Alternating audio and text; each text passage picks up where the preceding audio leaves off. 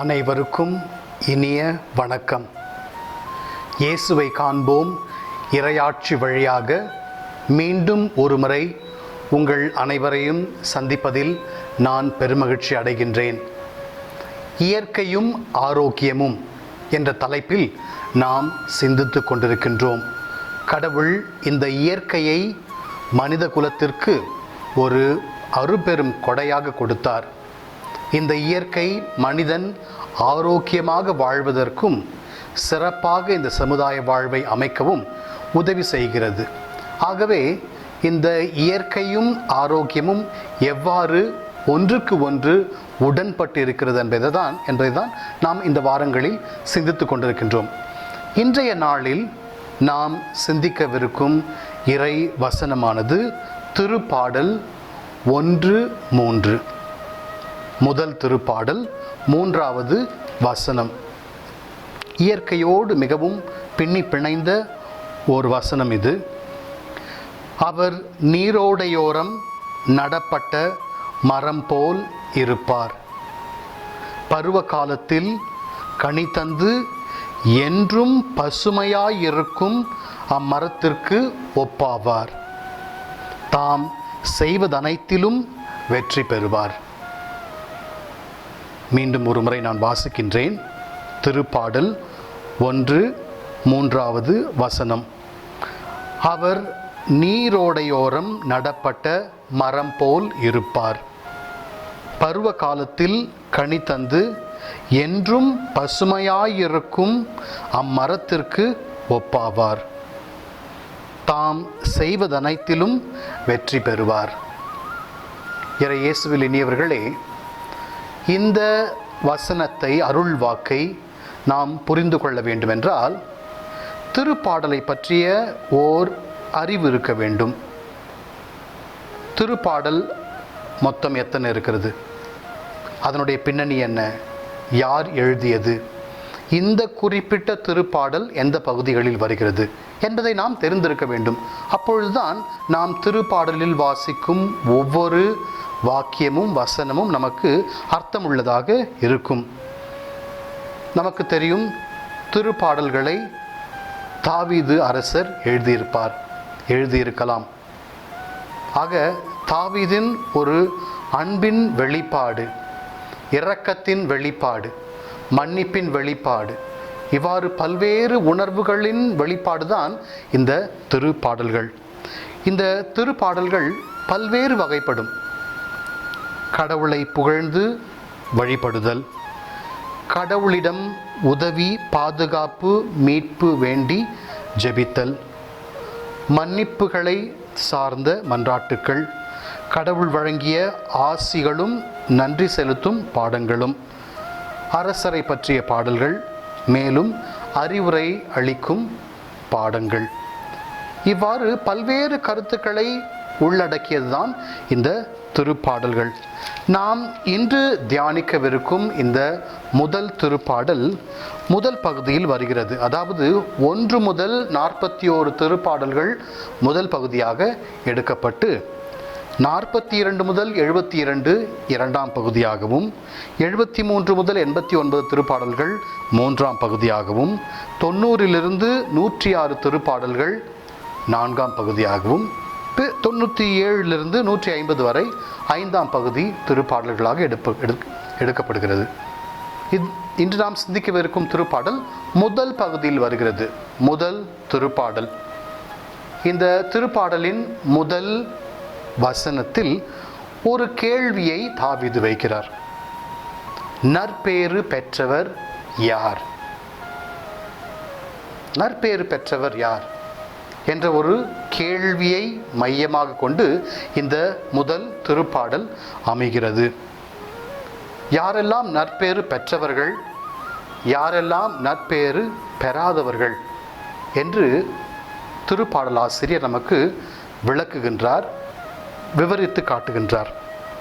அதன் அடிப்படையில் நாம் இன்று சிந்தித்து கொண்டிருக்கும் இந்த 3வது வசனமானது நற்பேறு பெற்றவர்கள் எவ்வாறு வாழ்வார்கள், அவருடைய வாழ்க்கை எவ்வாறு இருக்கும் என்பதை தான் இயற்கையின் உதவியோடு திருப்பாடல் ஆசிரியர் நமக்கு விளக்குகின்றார். ஏனென்றால் மனிதன் இயற்கையை விட்டு விலகி வாழ முடியாது. எல்லா தருணங்களிலும் இயற்கையை நம்பியும் இயற்கையை சார்ந்தும் இயற்கையை அடிப்படையாக கொண்டும் தான் மனிதன் தன் வாழ்க்கையை வாழ முடியும். ஆக இன்று திருப்பாடல் ஆசிரியர் நற்பேறு பெற்றவர் எப்படி வாழ முடியும், அவருடைய வாழ்க்கை எவ்வாறு சிறப்பாக இருக்கும் என்பதற்கு அடையாளமாக இயற்கையை பயன்படுத்தி இந்த 3ஆம் வசனத்தில் அவர் அதை குறிப்பிட்டு சொல்லுகின்றார். அவர் தேர்ந்தெடுத்திருக்கும் ஒரு இயற்கை பொருள் என்னவென்றால் மரம். நமக்கு தெரியும் மரத்தின் பலன்கள். மரம் ஒரு மனித வாழ்க்கைக்கு, இந்த உலகத்திற்கு எவ்வாறு முக்கியமானவை, எவ்வளவு மகத்துவம் வாய்ந்தவை, அத்தியாவசியமானவை என்று நமக்கு தெரியும். ஆக இந்த மரத்தினை ஒப்பிட்டு இவர்தான் இந்த நற்பேறு பெற்றவர் என்று தாவீது திருப்பாடலாசிரியர் நமக்கு விளக்குகின்றார். தொடக்க நூலில் மரத்தை பற்றி நாம் வாசிக்க கேட்கின்றோம். ஆதாமையும் ஏவாளையும் பாவம் செய்ய தூண்டிய அந்த சாத்தான் பயன்படுத்திய ஒரு சாதனம் என்னவென்றால் மரத்தில் இருந்த கனி. ஆக சாத்தானும் இயற்கையின் மரத்தை பயன்படுத்தி தான் நம்முடைய ஆதி பெற்றோரை அது சோதித்தது. ஆக மரம் அங்கு இருந்தது, அதிலிருந்த கனியை உண்ட நம்முடைய ஆதி பெற்றோர்கள் பாவம் செய்ததாக அவர்கள் கடவுளால் விரட்டப்பட்டார்கள். ஆக தொடக்க நூல் முதல் எல்லா நூல்களிலும் நாம் வாசிக்கின்றோம் இந்த மரத்தை பற்றி. விவிலியம் மட்டுமல்லாது நம்முடைய வாழ்க்கையிலும் மரம் எவ்வாறு பலனளிக்கிறது, எவ்வாறு ஒரு மாபெரும் பங்கை வகிக்கிறது என்பதை நாம் ஒவ்வொருவரும் அறிவோம். கனி மற்றும் காய்கள், அந்த மரம் தருகின்ற நிழல், அதனுடைய அந்த வாயு அதெல்லாம் நமக்கு உயிர் மூச்சாகவும் உயிர் காற்றாகவும் இருக்கிறது. மரம் இல்லை என்றால் மனிதர்கள் வாழ முடியாது. ஆகவேதான் நாம் மரங்களை நட வேண்டும். ஒரு மரத்தை வெட்டும் பொழுது 100 கன்றுகளை நட்டுவிட்டு தான் ஒரு மரத்தை வெட்ட வேண்டும். இதை யார் சொல்லிக் கொடுப்பார்? நம்முடைய அரசியல் தலைவர்கள் தான் சொல்லிக் கொடுக்க முடியும். யார் சொல்லிக் கொடுப்பார்? இப்பொழுது சுயநலம் மிகுந்த தலைவர்கள் இதை பற்றி பேச மாட்டார்கள். மரம் நமக்கு மிகவும் அத்தியாவசியமானது. ஆக இந்த மரம் நற்பேறு பெற்றவருக்கு ஈடாக இணையாக ஒப்பிடப்படுகிறது. இந்த மரம் சாதாரண மரம் அல்ல, நீரோடையின் அருகில் நடப்பட்ட மரமாக இருக்கும்.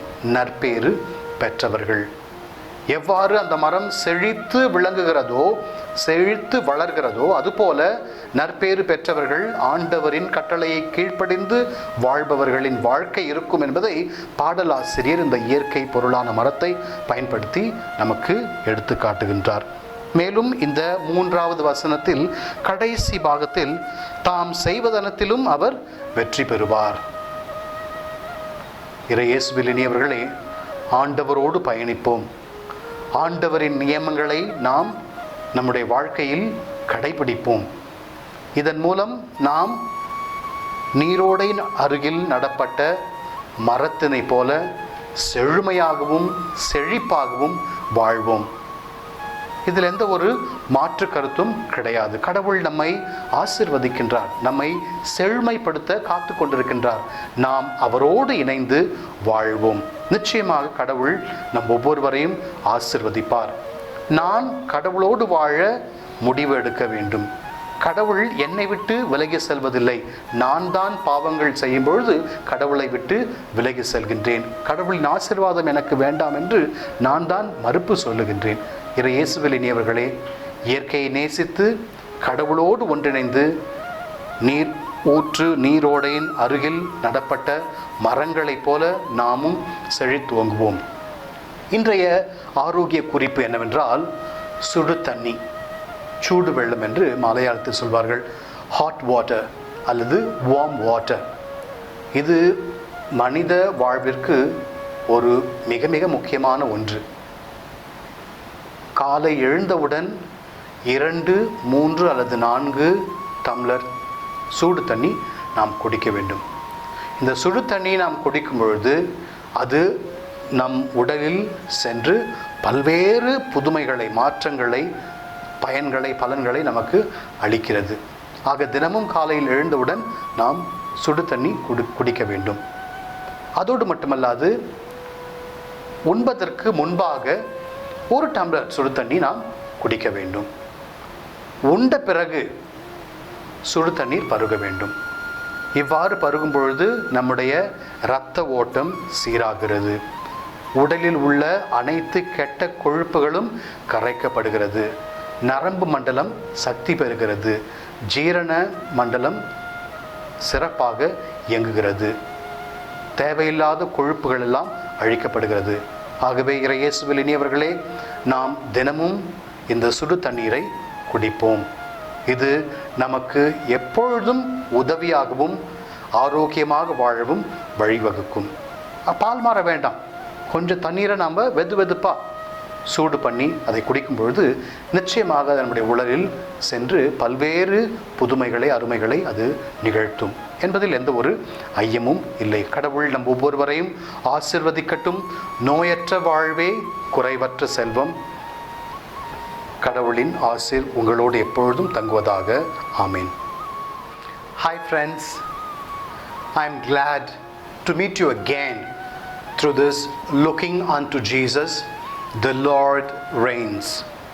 I'm sure you'll are enjoying the best of your health, and the Lord is always merciful to us, His people.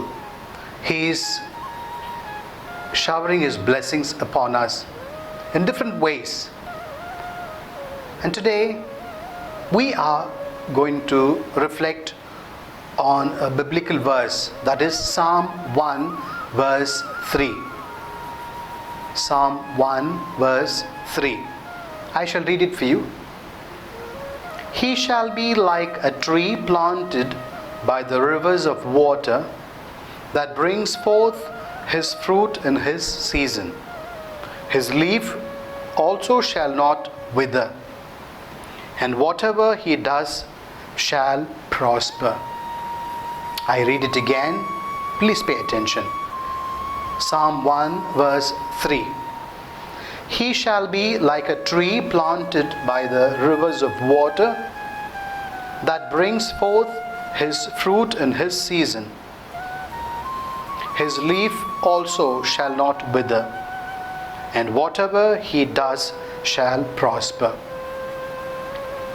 If you want to understand the Psalms, you should know David and his background. And it is believed that David is the author of all these Psalms.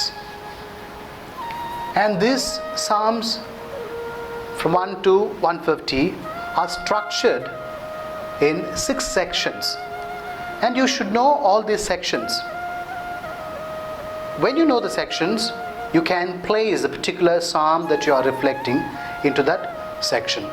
And it is easy for you to understand better that psalm. So, the psalm that we have taken is Psalm 1, verse 3. It falls in the first section, where we have about 40 psalms from 1 to 41. These psalms fall into the first section of the book of Psalms.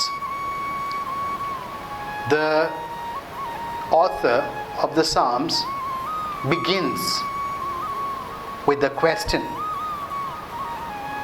who is fortunate? Who is good in the eyes of God? Who can be prosperous? That's a question he raises first. And he answers. He shows 2 ways of life. One is towards God, towards good. Another way towards evil, towards something destroying.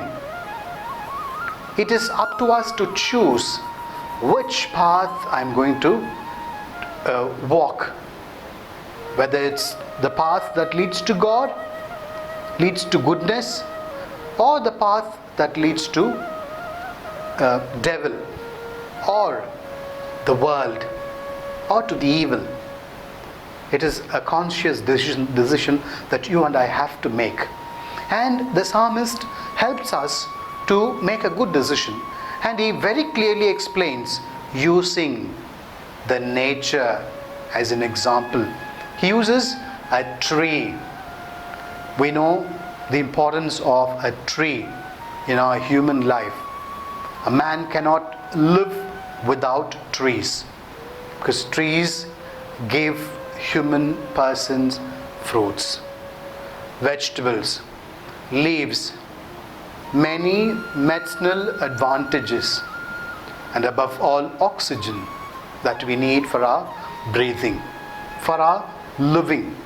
So a person cannot think of his human life here in this world without a tree, without trees.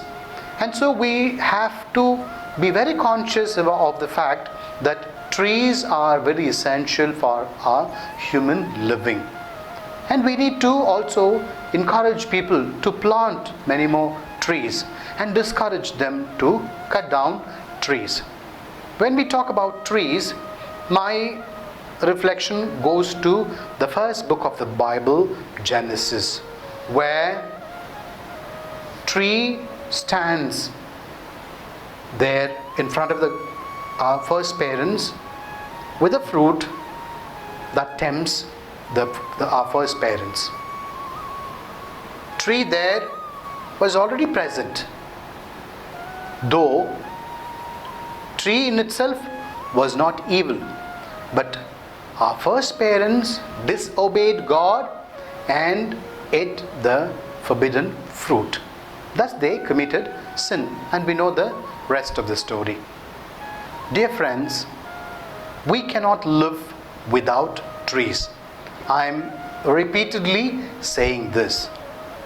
Let's resolve to plant trees. Trees of different sort. Any tree. And here the psalmist uses the tree, not a simple tree, tree planted by the rivers of water. One who obeys the commands of God, one who follows the ways of the Lord, his life will be like that of a tree planted by the rivers of water. Very prosperous, full of life, no destruction whatsoever. And every human person tends or tries to be like that.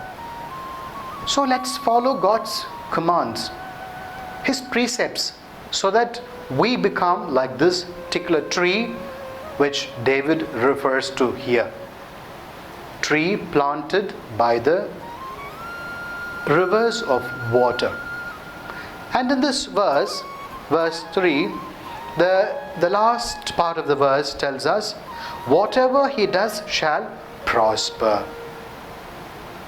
He who follows God's command, he who obeys God's rule, his life will be prosperous. So today, let's make a decision to follow God's law, so that our life may be like that of a tree planted by the rivers of water. Let's also try our best to plant trees wherever it is possible and whenever it's possible. And today, I would like to invite you to plant a tree in your own campus or anywhere where there is space. It helps you, it helps the people around you, it helps the society. So let's plant trees. Let's not cut down trees. Our health tip for today is warm water. I still remember once I went to a restaurant, they served warm water, and one of my Italian friends was with me there, wondered, how do you drink warm water with food? Do you take warm water? So it was a kind of amazement, kind of wonder for that person. But I tried to explain to that person the importance of warm water. Soon as you get up in the morning, drink 2 glasses or 3 glasses or 4 glasses of warm water. It cleanses or flushes all the toxins of your body, and it enables the blood circulation, and also it sheds unwanted the cholesterol. So you will be free of all the ailments. If only you and I drink this warm water, we will not have any troubles, any problems, any sickness. Even it helps a person to control his or her sugar. And also the BP, the blood pressure also is controlled because the blood circulation is normal. And most importantly, after eating food, after having our food, I should take 1 glass of warm water. I don't mean hot water, warm water. It also helps our digestive system. And we need not even go for hard exercises or diet control, but it helps us. So dear friends, it's very easy to drink warm water. In the beginning, initially, it's a little difficult. And once you practice this, it becomes our habit. So let's tell our family members also to drink warm water soon as we get up in the morning and after every meal. And before going to sleep also, it's better that we drink 1 glass of warm water. May God bless us all, and I wish you all the very best. Enjoy good health. God bless you. நாம் அனைவரும் கண்களை அடைத்து ஜெபிப்போமா? ஆண்டவரே, எங்களை அதிகமாக நேசிக்கிற தந்தையே, இதோ நாங்கள் இந்த தருணத்தில் ஒரு குடும்பமாக ஜெபிக்கின்றோம். எங்கள் ஒவ்வொருவரையும் ஆசீர்வதித்தருளும். நாங்கள் நீரோடையின் அருகே நடப்பட்ட மரத்தை போல நாங்கள் எப்பொழுதும் செழித்தோங்க எங்களுக்கு அருளை தாரும். நாங்கள் நல்ல உடல் ஆரோக்கியத்துடன் வாழ அருள் தாரும். இதோ துன்பப்படும் எங்கள் சகோதர சகோதரிகளுக்காக நாங்கள் ஜெபிக்கின்றோம். அவர்களை ஆசீர்வதியும். தொட்டு அவர்களுக்கு ஆறுதல் மொழியை தாரும். இதோ மருத்துவமனைகளிலும் பல்வேறு இடங்களிலும் நோயினால் வருந்தும் எங்கள் சகோதர சகோதரிகள், உறவினர்கள், உற்றார், பெற்றோர் எல்லோரையும் நாங்கள் விசேஷவிதமாக நினைத்து அவர்கள் அனைவரையும் உம்முடைய பாதத்தில் வைத்து நாங்கள் ஒப்பு கொடுத்து ஜெபிக்கின்றோம். ஒவ்வொருவரையும் நீர் குணப்படுத்தியருளும். உம்முடைய திரு கரத்தால் அவர்களை தொட்டு ஆசீர்வதித்து அவர்களுக்கு குணத்தை தந்தருளும். ஒரே வார்த்தையால் நீர் எவ்வளவோ புதுமைகளை செய்தீர். அதுபோல இந்த நோயினால் வருந்தும் சகோதர சகோதரிகளை ஆசீர்வதியும். ஒரு மனிதனுக்கு ஆரோக்கியமில்லை என்றால் அவன் வாழ்க்கையில் ஒன்றும் இல்லை. நோயற்ற வாழ்வே குறைவற்ற செல்வம் என்பதை நாங்கள் உணர்ந்திருக்கின்றோம். ஆகவே இந்த குறைவற்ற செல்வத்தை எங்களுக்கு தந்தருளும். நாங்கள் எந்த ஒரு நோய் நொடி இல்லாமல் ஆரோக்கியத்தோடும் மகிழ்ச்சியோடும் வாழ்ந்து உமக்கு சாட்சிகளாக இருக்க அருள் தாரும். எங்கள் குடும்பங்களில் உள்ள பிள்ளைகளை நாங்கள் ஒப்பு கொடுத்து ஜெபிக்கின்றோம். உம்முடைய திருக்கரம் எப்பொழுதும் அவர்கள் மேல் இருப்பதாக. அவர்கள் போகையிலும் வருகையிலும் அவர்களை நீர் பாதுகாத்து அவர்கள் எப்பொழுதும் நல்ல பிள்ளைகளாக வாழவும் கீழ்ப்படுதலில் உள்ள பிள்ளைகளாக இருக்கவும் நீர் அருள் தாரும். அவர்கள் படிக்கும் பாடங்களையும் செய்யும் வேலைகளையும் நீர் ஆசீர்வதித்து அவர்களோடு நீர் பயணித்து உம்முடைய பிரசன்னத்தை உறுதிப்படுத்தும். நாங்கள் உம்மையே நம்பி இருக்கின்றோம். எங்கள் ஒவ்வொருவரையும் ஆசீர்வதியும் இறைவா. அன்னை மரியே, அருள் நிறைந்த தாயே, எங்கள் ஒவ்வொருவரின் தாயாக இருந்து எங்களை பாதுகாத்து உம் அன்பு திருமகனிடம் எங்களுக்காக நாள்தோறும் பரிந்து பேசி எல்லா வரங்களையும் பெற்றுத்தாரும். தாயே, நாங்கள் உம்மையே நம்பியிருக்கின்றோம். நாங்கள் சோர்ந்து போகும் வேளையில் எங்களை தேற்றி எங்களுக்கு தேவையான எல்லா உதவிகளையும் செய்து நீர் உம்முடைய அன்பு திருமகனிடம் எங்களை கொண்டு செல்ல நாங்கள் உம்மிடம் ஜெபிக்கின்றோம். இவற்றை எங்கள் ஆண்டவரும் திருமகனுமாகிய இயேசு கிறிஸ்து வழியாக மன்றாடுகின்றோம். ஆமீன். கடவுள் உங்கள் ஒவ்வொருவரையும் ஆசீர்வதிப்பாராக. தந்தை, மகன், தூய நல் ஆவியாரின் பெயராலே ஆமீன்.